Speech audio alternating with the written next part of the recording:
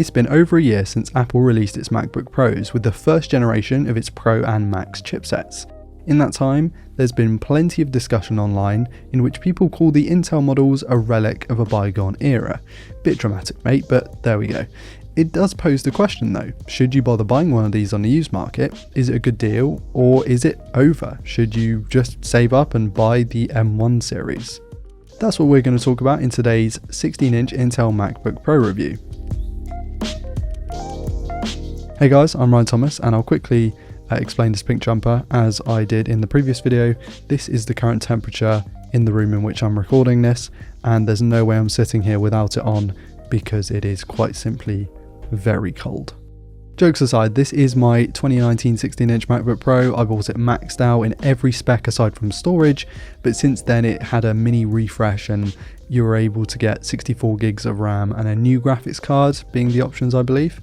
These are the specifications. This machine cost me $3,500 about 2.5 years ago and is now worth 1.5k. So losing $2,000 is sad, but then again, this machine in that time made me at least 10 times that money, so I'm not too worried about it. It has been and continues to be an absolute workhorse. I asked Damien Wild to run a Premiere Pro export with exactly the same settings as my export. Here are the specs of the machines compared. Pause if you need to. Then here is the specification of the export with the settings used directly in Premiere Pro.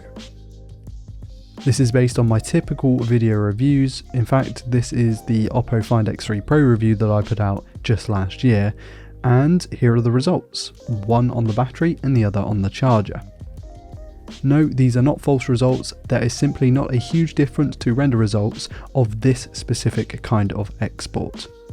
There is a big difference to battery drain, fan noise, the ability to use your laptop whilst exporting the clip at the same time, and of course the delta is going to be much greater in more specialist workloads, such as using Final Cut Pro for example, but for a basic creator like me that makes these video reviews, there's just not that much in it. It's just a bit surprising. Performance in every other aspect has been an absolute dream for me and hasn't slowed down in the time that I've owned it. I use Brave as a browser and tend to have anywhere from 15 to 30 tabs open at a time across multiple windows. Then I almost always have Notes, Discord, Spotify and Todoist open alongside that. Never have I felt like this thing needs any more performance. This thing's absolutely rapid and you don't need a spec sheet to tell you that. You just use it and you go, wow, okay, I really don't need any more power. And that isn't to try and justify it over the M1. I'm sure the M1 is, light years ahead even, but when you're using something that's this good, you never really crave anything better unless you're the sort of person who needs the latest and greatest of everything. And in that case, you there's no helping you. But then again, it should be fast because, it's only a couple of years old. It's an 8-core i9 and has 32 gigabytes of memory. So it's not just performance in which this thing impresses. The screen is gorgeous. The 16-inch square-cornered, non-notched 3072 by 1920 IPS display. It's just brilliant. It's 60Hz and hits 500 nits peak brightness, which let me tell you is more than enough, even in harsh environments. The panel isn't as fancy as that of the newer models, granted. I mean, those displays are meant to be just incredible and I don't doubt that. But at the same time, this is good enough and it doesn't have a notch in it, which is probably going to please some of you. The 16:10 aspect ratio aids in productivity. It adds the extra space I would say really used for the dock and the menu bar. And once again, I find myself saying that I never craved anything more than this. In fact, when I have it hooked up to my two displays, which I don't think you can see right now, I use this as the program window when I'm editing video. So I have my other, my bins and my editing timeline on the other displays, and then I use the MacBook Pro as a reference monitor. It's not quite as good as a reference monitor, but it's that much better and well calibrated out of the factory than, standard desktop monitors, that it is good enough to use for that kind of thing, especially if you're only making sort of YouTube videos like this. Speaking of displays, I have this hooked up via a CalDigit TS3 Plus dock. Not sponsored, they didn't send it out, I paid full price for it. Actually, I bought it on the used market, so not quite full price, but I have to mention it because it's been integral to my MacBook Pro experience over the years. my headphone amp, my audio interface, my SD card reader, the displays, the networking, they all go through this thing, and then that, along with power, goes to my MacBook in a single cable, which is really nice. It's a lovely, seamless, clean solution. It sits on my Griffin elevator stand, which I move in and out of the way when I use my PC monitors. It's very seamless. It's a really good experience. I recommend if you do have one of these, or something with a Thunderbolt port, that you make good use of a docking station of some kind. Speaking of peripherals, this thing is a stunner. I think it still looks and feels really good. The keyboard is good, it's not great, and it's much better than the previous generation, the really thin keyboards. Not quite as good as the new MacBooks, but at the same time, I don't think you're going to be disappointed with the 16-inch keyboard. The trackpad is huge, and it's glass, and it's multi-touch, and it's great, and it's the best trackpad I've ever used. The touch rejection is really good from using, your palms where you're using the keyboard. And the touch bar is something that's grown on me in recent years. I didn't use it on my first gen, and I didn't use it for the first year on my second, but actually using it for emojis is the thing that I use it for most. I can see using physical keys there being sort of plainer, simpler, easier to use. And actually I noticed that this touch bar does not crash nearly as much as it used to. I haven't had a crash in about a year, whereas in the first year of using the touch bar, before I had updated to the latest software, it was constantly crashing. So I think they may have ironed out those bugs. And of course the Touch ID interface is really nice to use. It's fairly quick, it's accurate as heck, really, really good, and I'm glad that it's there. The lack of any functional ports is going to be a pain for some, but since I do everything either with the dock or with Bluetooth peripherals, it doesn't really matter to me. I carry around a little dongle for a card reader, but that's pretty much it.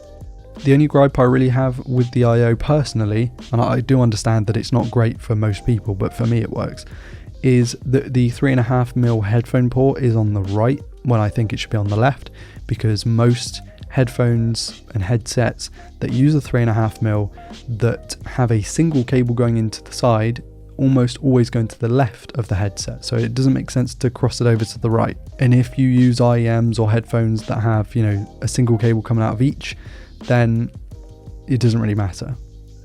I don't know, I just wanted to bring that up. I'm continuously impressed by this laptop speakers, microphones and keyboard.